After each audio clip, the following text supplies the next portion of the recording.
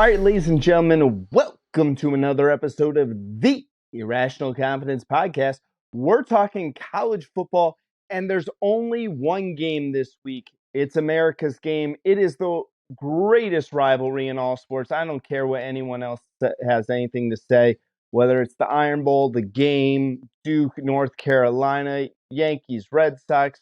Nothing gets better than this. It's the Army-Navy game. That's the only game this weekend. It's the only game we're talking about. But I'm joined by my co-host, the most patriotic co-host in all of podcasting, my co-host, Fresh. Fresh, how you doing, buddy? Haps. This game, the pageantry, the excitement, the history, what it means to thousands upon thousands of people who've been impacted directly or indirectly by the service, for many hundreds of thousands of men and women in this nation, and this game being the focal point of that is it just makes it a little more special. It's not just a normal football game, and it really epitomizes what General MacArthur said at West Point, many moons ago was duty, honor, country. And that's what this really game, is broken down at, and it reverberates across the globe, across bases and ships and everything in between. It's a big deal. Yeah, it's an impressive thing, and the thing I always love about the Army Navy game is especially that at the end of the game they sing the alma mater of both academies there, and that while they spend with both of them running the triple option, this game is going to take about 2 hours, but at the end of it, they wind up while they're enemies on the field that they all join together at the end and represent the United States and the military academies as a whole, and that they appreciate each other as well. So that's always something that I thought was a really special tradition. Um, and I think it's really cool about everything that goes on with this. I love the fact that this game is by itself, that there's not another game out there. I know that the Heisman presentation is later on that night. We'll get to the Heisman a little bit later too, but this is really a special game. It's special. I know it's special to you, uh, having family that serves currently in the Army. That's what makes it special to you. And it's just something that I don't care what your thoughts are about football or anything else, that you can come together and support these guys that are doing this for a couple hours on a Saturday. Yep, it's a spectacle. My brother's a staff sergeant in the Army, and it's yeah, he was at the Air Force Army game last year in 2021, but he knows it's on the bucket list for him to get into that game and get a sideline pass and help be in attendance for one of these coming forward in the future. Yeah, it's going to be pretty awesome that the day he actually gets to go see this game, because, like we've said before, this is one of the hardest tickets to get in all sports. And again, I've met a couple of people who were four-star generals, pretty high up there. And one of the first questions I asked them after talking about some of their military services, "You ever been to an Army Navy game?" And a couple of them said no, never been, tried to, but it's not easy to get tickets for this. So Nope, not at all. yeah. All right, Fresh. So let's start. This game is going to be played in Philadelphia, PA. Love that it's played in some of the historical birthplaces for our country here. Uh, right now, they're set at. I had the over under here. Navy is a 1.5 point favorite. Over under is set at 32.5. That's a very low amount of points right there. I alluded to this already here, Fresh. Both these teams run the triple option. They're both running attacks here. Army has the second best rushing attack in the entire country. Navy has the seventh best rushing attack. They're going to keep the ball on the ground. One of my favorite stats that I found here before I turn this over to you, Fresh, there's been not one, not two, but 3 games this season where Army has not completed a pass in that game. These guys don't air it out.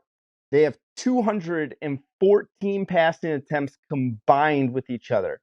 Just to give you an idea, Caleb Williams has over doubled that amount between both these teams. They don't throw the ball. If you want hardcore smash mouth, hit them in the mouth football, this is the game for you. Fresh, I'm turning it over to you, my friend. Yeah, I mean, it's you got to love it, just the ground and pound. They each know what they're doing. And there's an abundance of history of coaches who coached in both sides of this game. They coached all for Navy, or they're assistant at Navy and became a head coach at Army, or vice versa. Like they know what they're doing.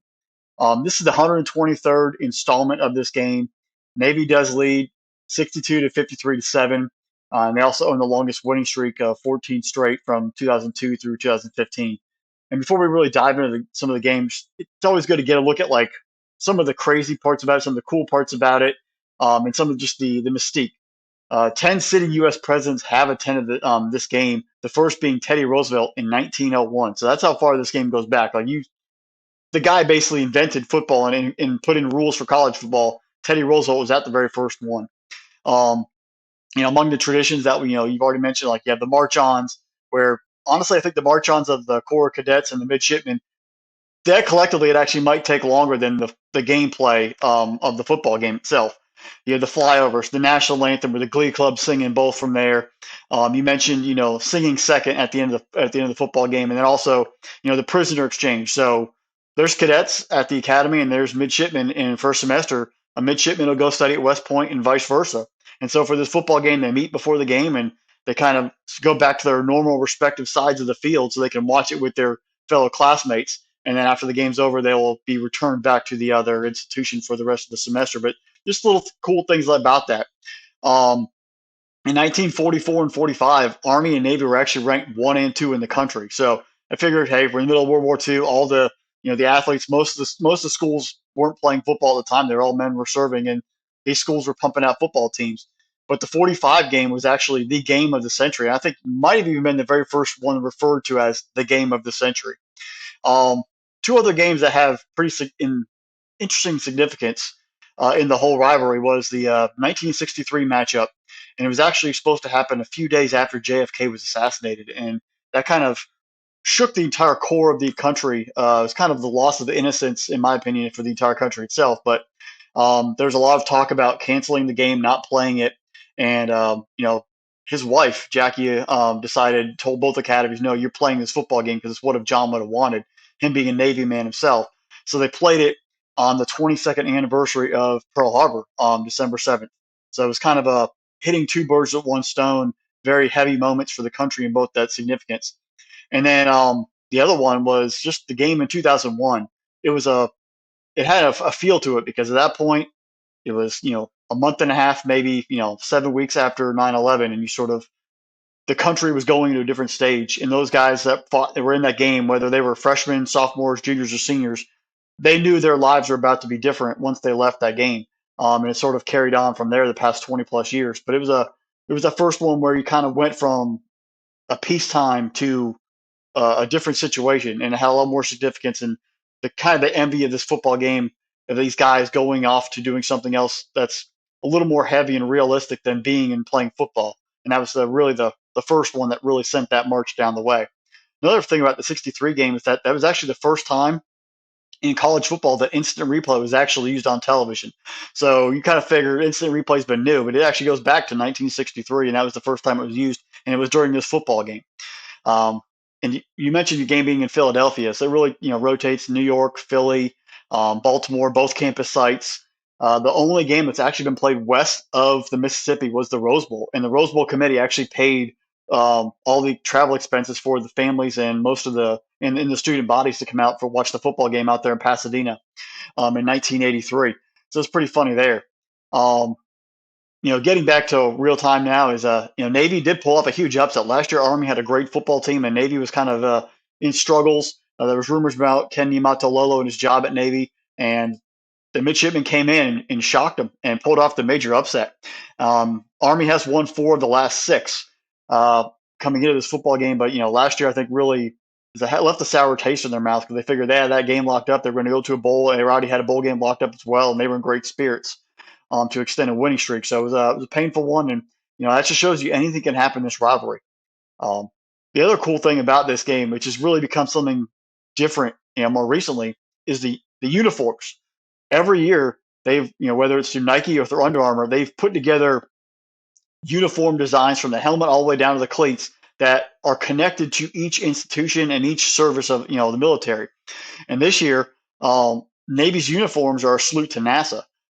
They have 44 academy grads who have gone on to be astronauts, which is the most of anyone of any college institution, not just the academies, in the nation. So there's a huge connection between the Naval Academy and NASA and the astronaut program.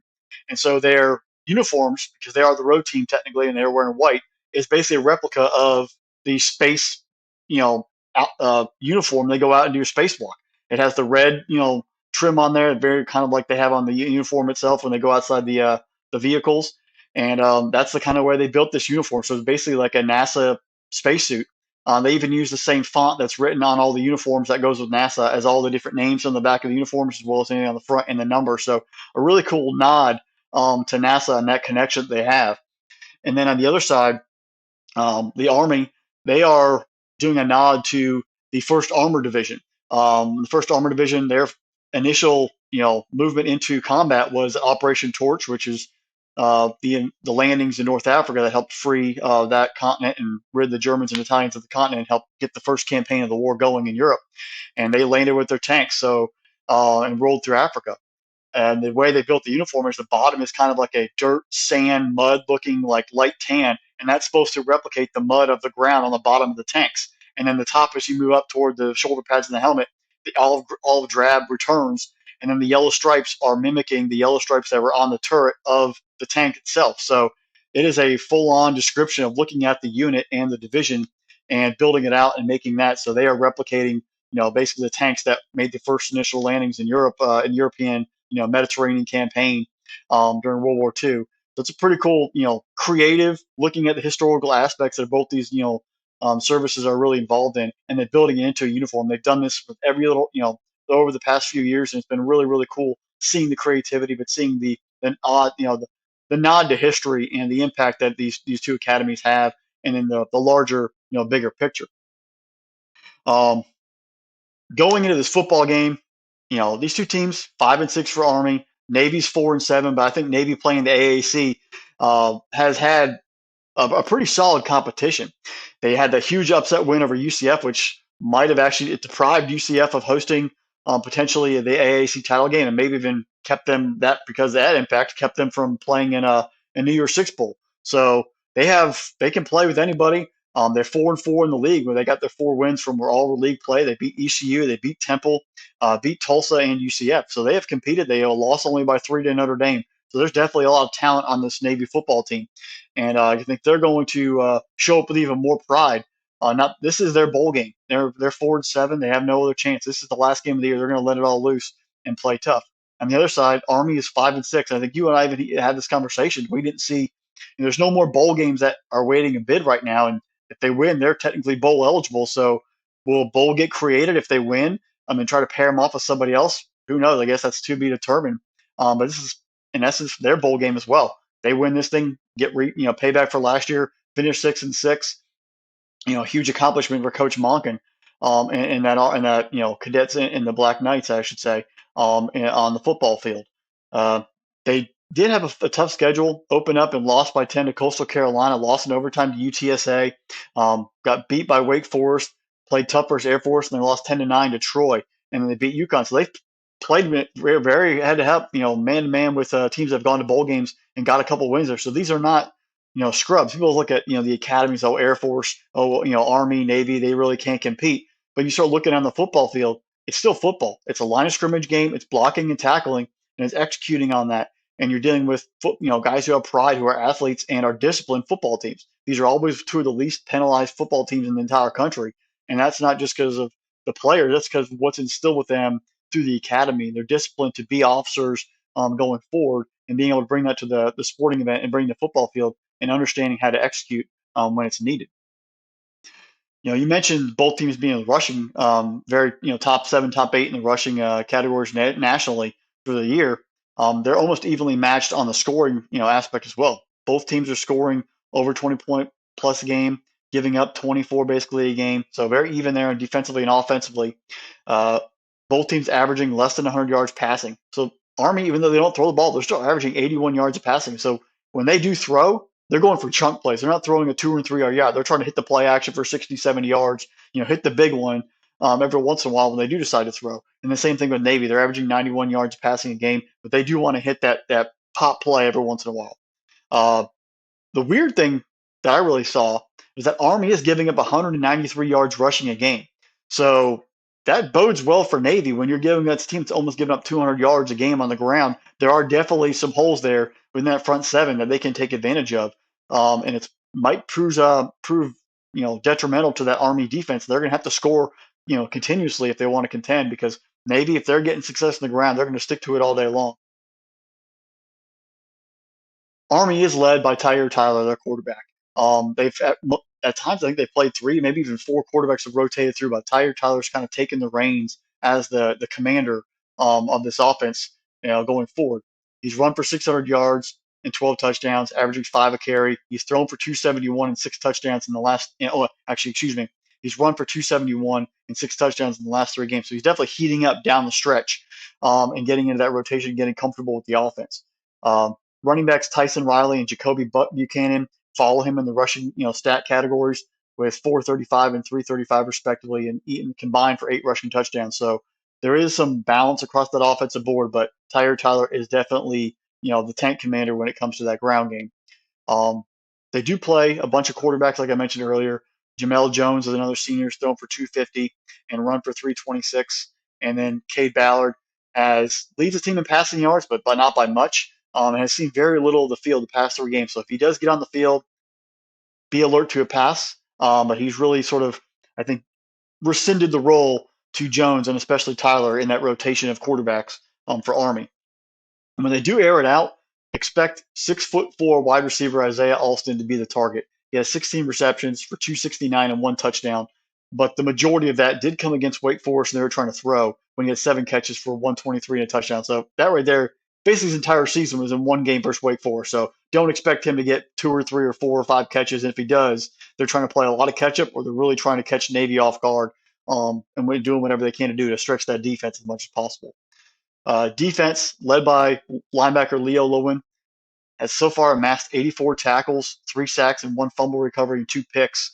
But also keep an eye on defensive lineman Kawanaba Bonsu, who has 17 tackles and 3 sacks. He's that nose tackle in the middle. He's going to definitely get a lot of impact, especially from a fullback who is the featured running back for Navy. He's going to be very much involved in the defensive effort.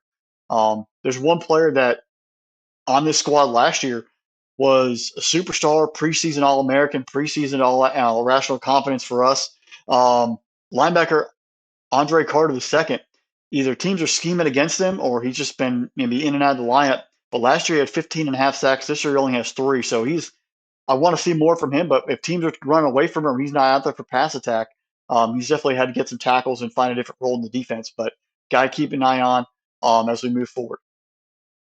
Looking at Navy, it's led by Jacksonville's own, and I'm going to say this: we're going to rep him. Navy's quarterback Ty Lavatai from Creekside High School here in Jacksonville. Major props to the 904. Great to have a kid local. Seeing him really thrive on this level and be the leader of the Naval Academy. He burst on the scene last year. I think on his second start, maybe his first ever start of the season. Pulled off the upset. He's back here, had a pretty solid season, and looking forward to continue to build off that. He's a junior, so he has 1 more year, and it's great just to have that local connection as well. Jacksonville, Duval County, big Navy town with Mayport and NAS Jack, so that Navy feel is very strong in this area, and I got a feeling he's had a lot of support every time he does have a chance to come back home. But on the year, he's thrown for 787, 5 touchdowns. He's run for 300 yards and 5 touchdowns. So he has a little mix of both, but definitely expect him to hand the ball off on multiple occasions. Number 1 featured is his fullback, and his fullback, Daba Fafana, 749 and 6 touchdowns on the season. And then the third leading rusher, he's listed as a wide receiver, but Maquel Haywood is actually the third leading rusher with 451 yards. So he's probably had to jump in there a few times and get some carries due to injuries or just due to formations. But it's interesting to see he's technically listed as a wide receiver and having that impact. And then they do have 3 receivers who have more than 10 receptions on the team.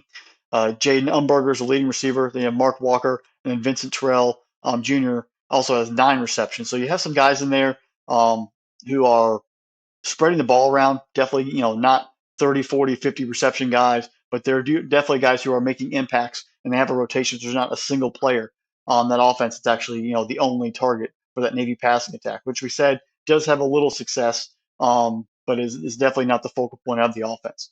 Defensively, watch out for linebacker John Marshall, 88 tackles, 10.5 sacks, definitely a stud. And I got a feeling he's about to have a multi plays he's going to have impacted on his football game, whether it's fumbles, tackles for loss. He's definitely going to be energizing that defense and making plays all across the field on Saturday afternoon. Another player on the defense you might want to keep an eye on, in my opinion, safety Rayvon Lane, number 2 on tackles with 67, number 3, excuse me, and he's going to be coming down probably in the box and trying to make plays on those pitch plays at the edge. So it's a lot of players playmaking here. I think you're always going to have one guy who nobody really knows is going to come from. They're going to pop out of the woodwork and make a play in this football game and become a legend in this rivalry going forward. Um, if I had to say anyone, I'm looking at Navy linebacker Colin Ramos. He's had a pretty solid season. I think he makes an impact as well on the defensive end. I'll hold my prediction right there, and I'll send it back to Haps for your thoughts on this game. But I think there's a lot of impact players who are showing up, and it's going to be interesting to see which team really rises to the occasion on Saturday. So, Fresh, what I did is I started looking at both these because I take a different approach than you when I'm looking at a game. And, the first thing that people will say is that Army is the better team off a jump. And they'll go they'll go off of a basic of just the 5-6 record, the number 2 rushing attack in the entire country. But to start the season, Navy started the season 2-5. They had wins against ECU, and they had a win against Tulsa. And in both of those games, it's kind of a little bit weird, but then you started looking that they've really struggled in some of the other games. What I went back and I kind of wanted to see what has Navy done within the last month here. And they've played 4 games here. I'm going to give you this: Temple, Cincinnati, Notre Dame, and UCF. They're 2-2 in those games there.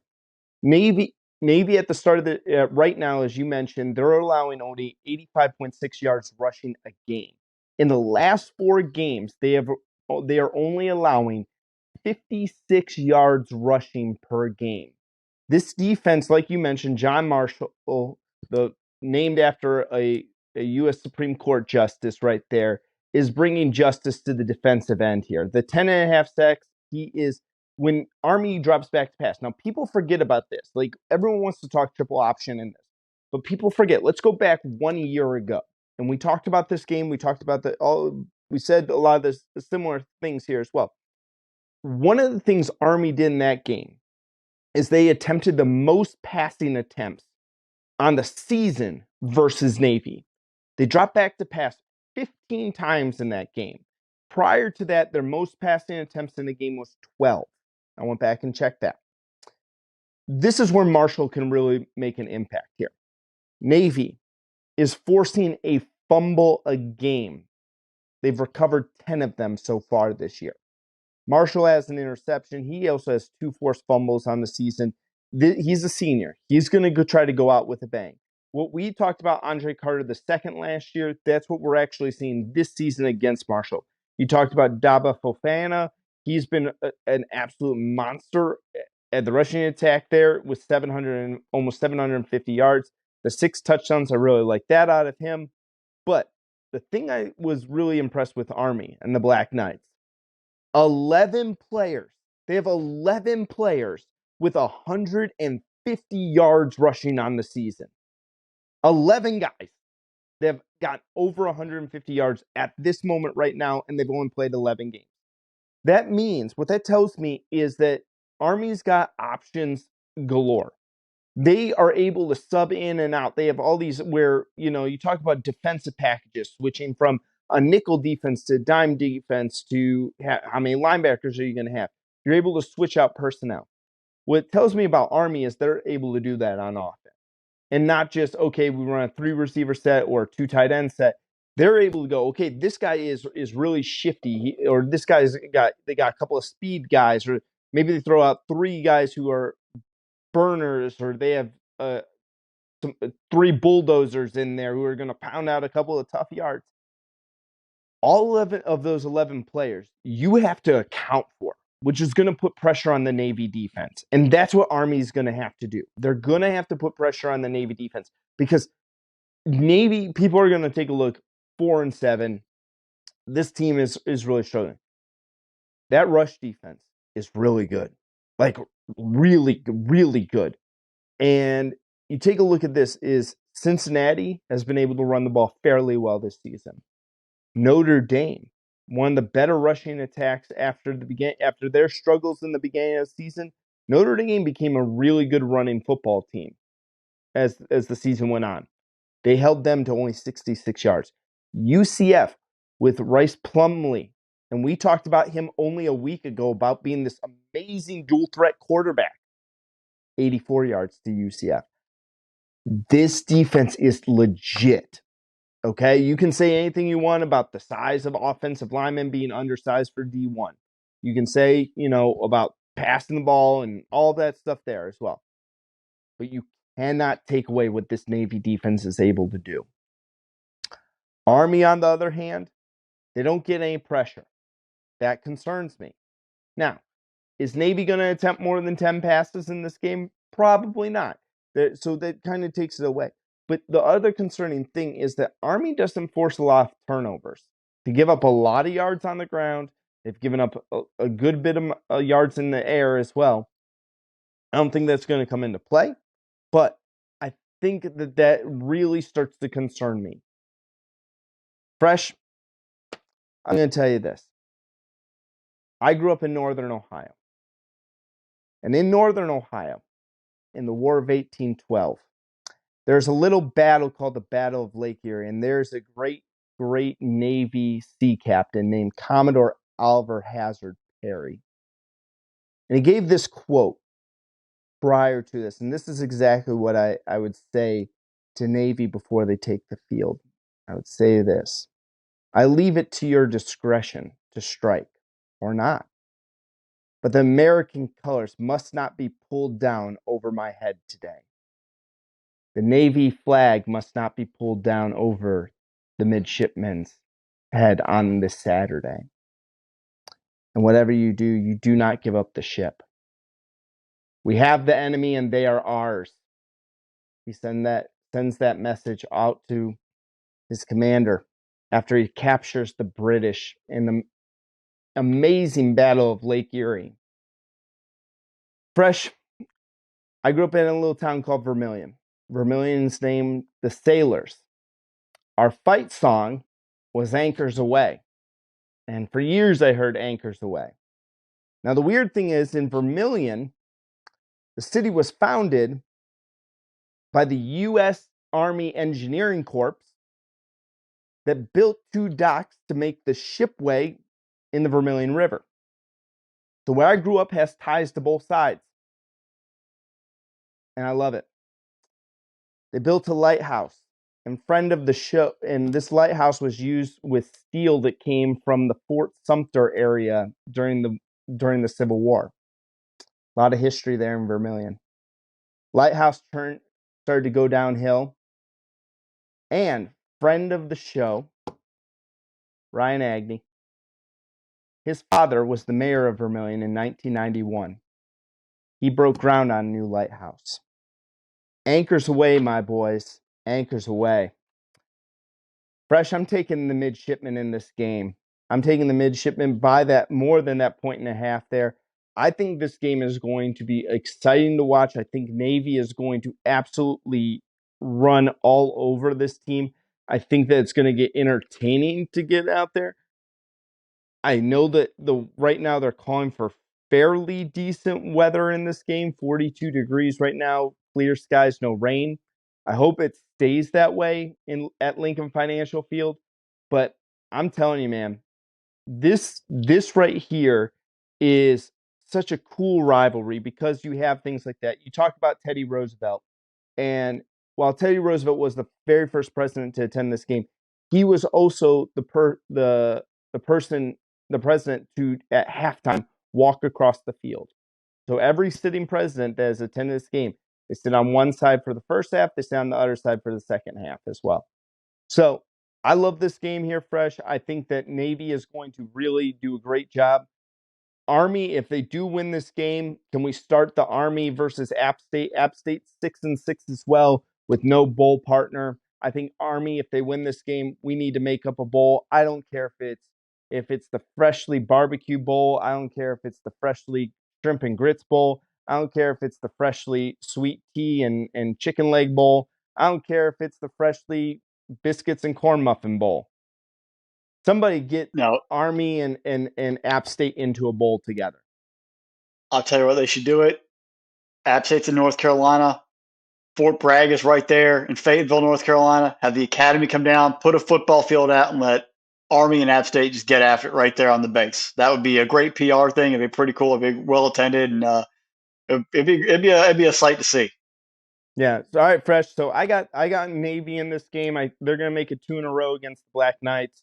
I know that other people out there disagree with me right now that most of America is picking Army in this game. I think they're missing the boat on this. The pun intended there as well for the Navy midshipmen there. And I've gone a half hour now without making any type of seaman joke. So Well, I got a buddy who grew up with, known him for 30 years. He's a Navy guy, and one of my other good friends from high school is a Marine. But I got a couple buddies who are in the Army, and my brother's in the Army.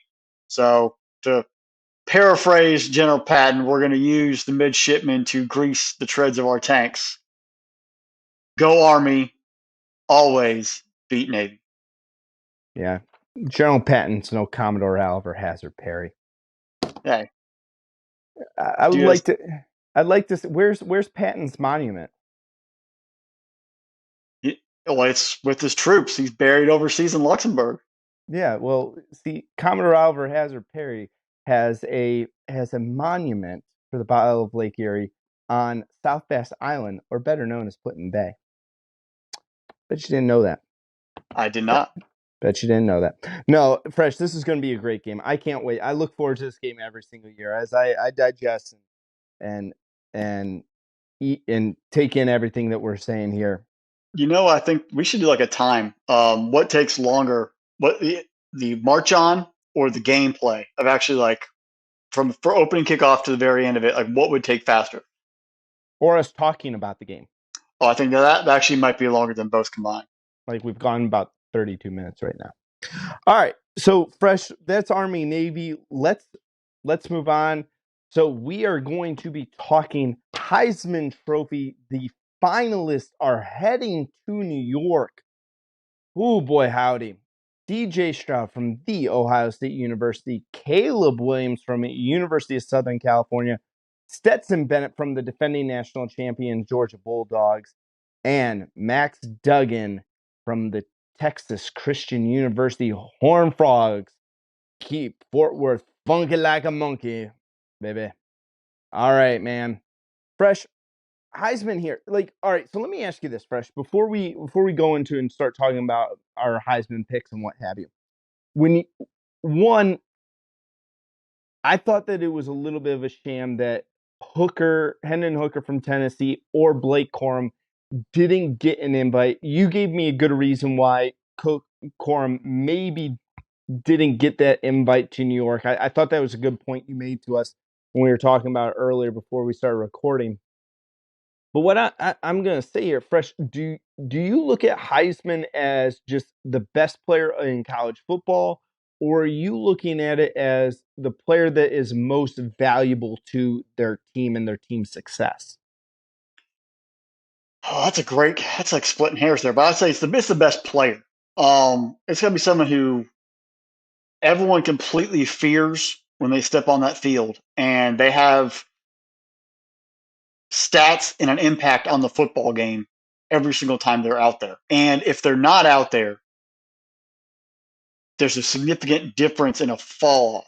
And like that just shows like it shows they're not a system player where somebody can just plug and play a guy. And year over year, it's like it's the same kind of production. You know what you're getting. That's kind of why I've always if you're going to be a plug and play like system player, you've got to put up unworldly numbers that just are superior, and there's nobody else in the country that can compete. But you've got to be someone that's irreplaceable. And if you are that offense, or hey, I mean, we see defensive players, N'Gam Suh and Charles Woodson. If you're a player on that field where no matter when you're out there, you have an impact and you make a lethal, you just decide you're a deciding factor in every football game, and people game plan against you, and they still don't succeed. That makes you the best player in the country. All right, Fresh. So it's funny that you say it that way because if, for me, if I'm going most best player in the country, the one that I thought played the best throughout the entire season, I have one pick in mind. If you're talking to me about who is the most important to their team, it actually changes my pick. Like, I actually think someone else should be the Heisman in that regard too. I think you're right. I think that the fact is that the player that means a lot to him, and I think we saw it this year when Hendon Hooker went out for the year for Tennessee. We saw a vastly different Tennessee team. Like, Joe Milton is not Hendon Hooker. He's not able to perform at the same level as Hooker was performing this year. When he went down, I thought that it kind of took away from Tennessee. I thought, again, Hendon Hooker, I felt, deserved an invite to New York because of for that reason. So I don't know here. I get torn because I want to know, like, all right, who do I really feel like should be the Heisman Trophy winner? I go back and forth, but I don't know. I don't know. You want to go first? You want to pick your Heisman here? Who do you got? Sure. I mean, I'll make the point that I talked about Blake Corum because what I said to Seth earlier. Blake Corum was so dominant, and honestly, I thought he was a Heisman lock to at least be one of the four invited into into New York. And I think him getting hurt versus Illinois, and then seeing Edwards come in and run and play pretty well the rest of the Illinois game, do all the damage and run without any issues for the most part in that second half versus Ohio State, and then dominate, thoroughly run over Purdue. The point I made to Seth was I think the committee voters saw it's like, well, if he's doing that and Corum did it, then what's the difference? Is the offensive line so good that they're just benefiting because of great blocking, and it's anyone can sort of just put a running back there and do it. They had Haskins last year, and Corum was the number two. This year, Corum's there, and Edwards is the backup. In my opinion, that's a ridiculous claim because he's still every single game. Blake Corum was churning up yards and scoring touchdowns at a reckless abandon. You're penalizing the poor guy because he got hurt, which is wrong. And the same thing with Hendon Hooker. In that South Carolina game, he had 3 touchdowns, and the game was still within a 2-touchdown game, I think, when he got hurt and fumbled, and then South Carolina scored, made it a 3-touchdown game, and the whole thing just sort of deflated. The Tennessee team lost air. The Vanderbilt game, Milton threw 5 touchdowns, but whatever. That game didn't matter. It's they're punishing Hooker for being hurt. Some might say, oh well, they lost that game. That was 2 losses, and yeah, they lost 2 games. I get it, but up to that point, the dude was putting up stats. You just read a stat line for Hooker right now. He completed 69.8% of his passes. Now, when you look at Duggan, Stroud, Stetson Bennett, Hooker, Caleb Williams, I even threw Bryce Young in there. That's the best completion percentage of any of those quarterbacks for the entire year. Doesn't have the yards, doesn't have the passing touchdowns, but he has the least amount of interceptions. He only threw 2 picks all year, so he's not turning the ball over. 27 touchdowns, you throw in 2 picks. Of all those quarterbacks, he has the most rushing yards with 430 and 5 touchdowns. So, what that 32 touchdowns is responsible for in an explosive offense where there's still a game and a half basically out there that he didn't get to play in. It's kind of a disservice to him, and it's kind of makes me question, in a year that there was no guy who was head and shoulders above everybody else, and there's kind of a collective effort of who actually splitting hairs is the best player. He's now being punished for not playing the last season, the last game and a half of the season, and it's embarrassing. It's also kind of shows, are the voters only watching conference championship weekend? Because Duggan had a heck of a game, and if that dude scores a touchdown there, I think it's a lock that first of all, TCU wins, they're undefeated, and it's probably a lock for him to win the trophy in that because he had that Heisman effort. That was basically the Heisman effort right there in the Heisman moment. If he comes back and wins that football game and wins the conference championship. CJ Stroud had a great year. He 37 touchdowns, only 6 interceptions, throwing tons of yards. He has no issues there from him. He put up stats all around. Are they punishing him because of that loss to Michigan and he didn't play, in the conference championship game? I don't think so, and I hope they don't. Um, Stetson Bennett, I think, just gets in because they're like, well, we have two guys who are hurt, and we don't want to. What do we do? Is it a career achievement? I'm a Georgia fan. Stetson's a great dude. Walk on the whole story. Um, Only responsible for 27 touchdowns, 20 throwing and 7 rushing. That's a bunch of yards, but there's a collective unit around him. That's what people are going to hold against him. That he has talent on the offensive line, has talent receiver, talent running back. Defense is great to keep him in a football game where he doesn't have to go out and do it all by himself. Um, you put him compared against Hooker and Corum and everybody else, I don't think he's one of the top 4. I would probably say maybe 6 or 7. But being top 4, I think he's just he's getting the benefit because other guys are getting punished for being hurt. If you want my of the 4 candidates right now, if I have to rank them, Caleb Williams is my Heisman Trophy winner. In that football game versus Utah, before his leg really started just going away, he had a run that was unbelievable. Broke 3 tackles, took it on the left sideline for I think 50, 60 yards. He has the most completions, the most attempts, the most passing yards per game of 313. He has 37 passing touchdowns, total yards for the year 4,447, and he ran for 10 touchdowns and 372 yards. The dude is a machine. That's 47 total touchdowns he's responsible for. I think it would be a guaranteed lock if they had won the Pac-12 title and been in the playoff. I think there's still some gray area between him and C.J. Stroud when it comes to the voters and how they want to, poll. But in my opinion, it's Caleb Williams number 1, C.J. Stroud number 2, Duggan number 3, and Bennett 4. Of the 4 guys are going. If I had to put it, I would put Hooker at maybe 2 or 3 and have him and Stroud compete. But I think Caleb Williams, stat wise, and how important he is to that football team, Caleb Williams is my Heisman Trophy pick. So going through the finalists, and Fresh, I agree with you. I really wish, I don't know why it only has to be 4. Why can't we? Why can't I thought that in years past they've had more than 4. I think it just comes down to votes and percentage. I mean, but first of all, like yes, you have your winners that are voters, but the media members are idiots. All right, so Fresh and me need Heisman votes, more importantly, because I will tell you this: the one thing that we have is that at least we're legitimately honest about things, and we rightfully will criticize, people who deserve to be criticized, and praise people who deserve to be praised.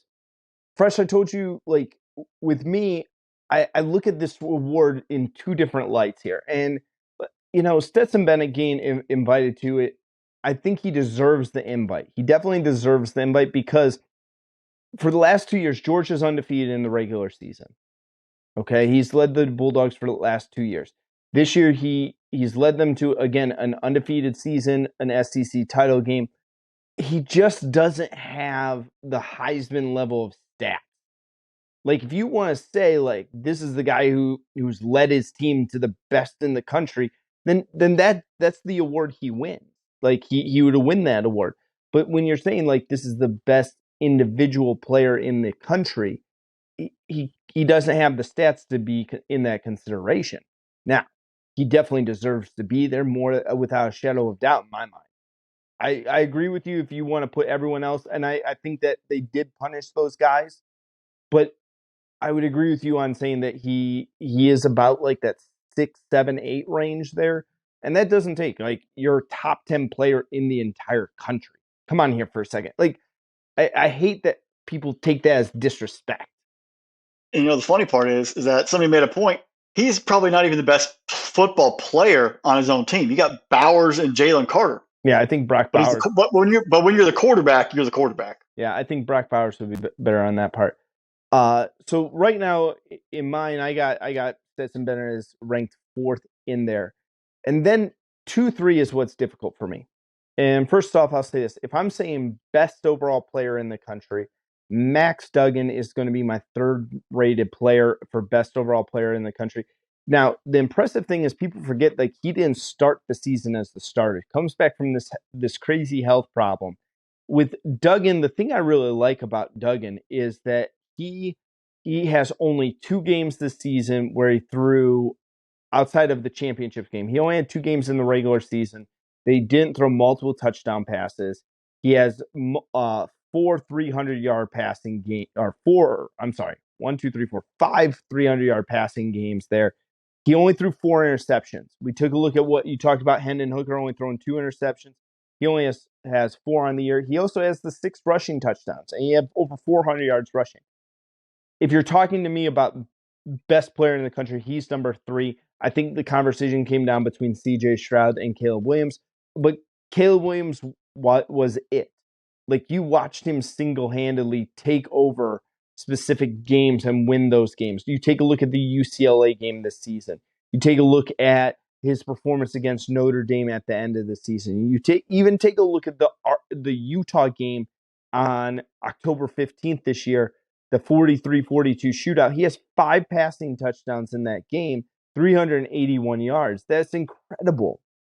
And you look at what he did throughout the year, he would be my Heisman Trophy winner if it is the best overall player over C.J. Stroud. I have him as second there. Now, I do say this, though, Fresh.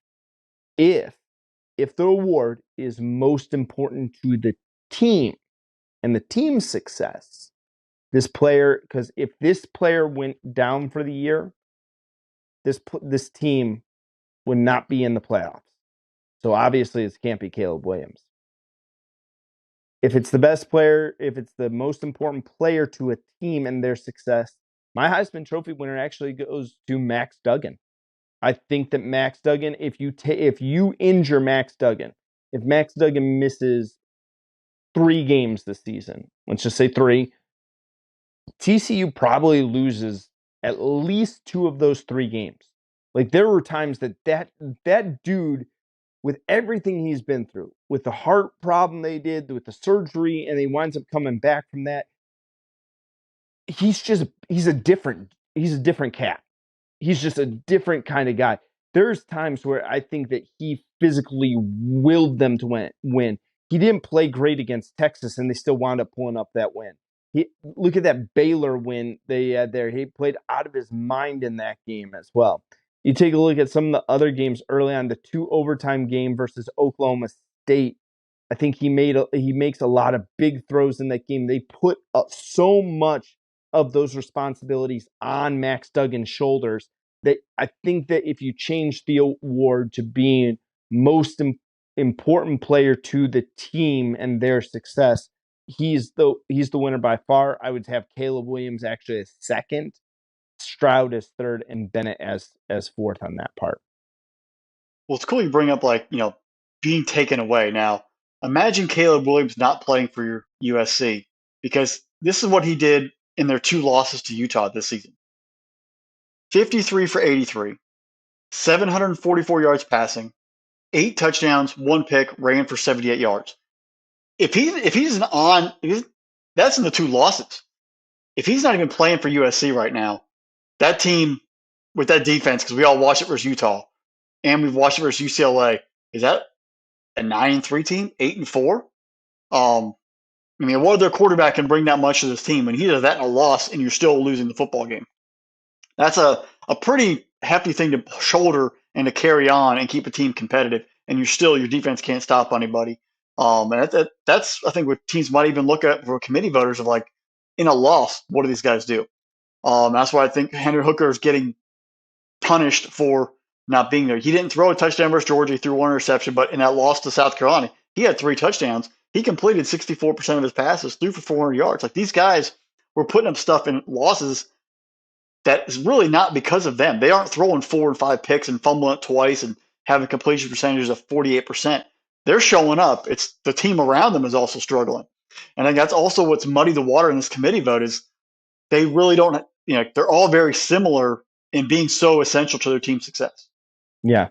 And there's so many guys else out there that I feel like should have made, that maybe even could have gotten a nod there.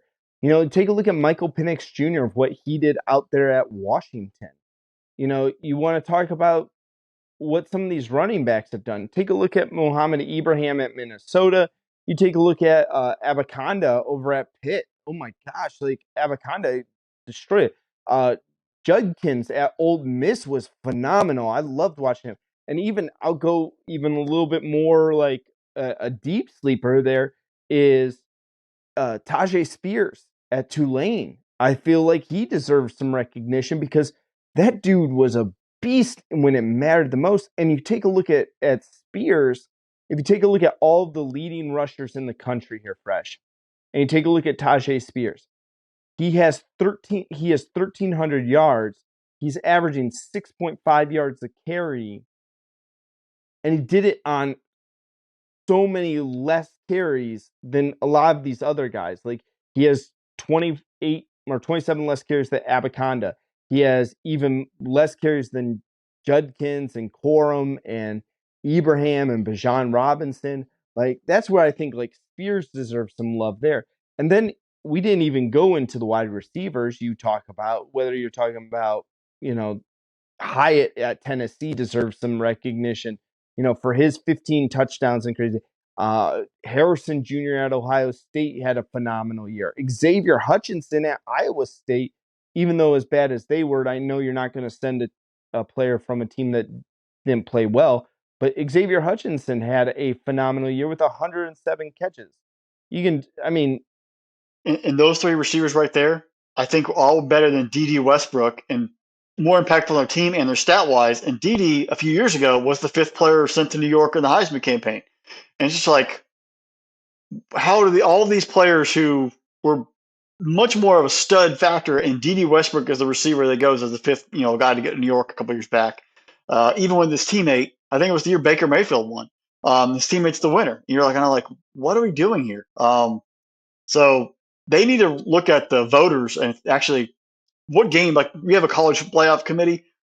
If you're a media voter or a Heisman voter, what are you even paying attention to? Like this is actually watering down and impacting people's lives. Yeah. Or take a look at even this. Out of all, if you take a look at like receiving touchdowns this year, Michael Mayer, 67 catches, 9 touchdowns.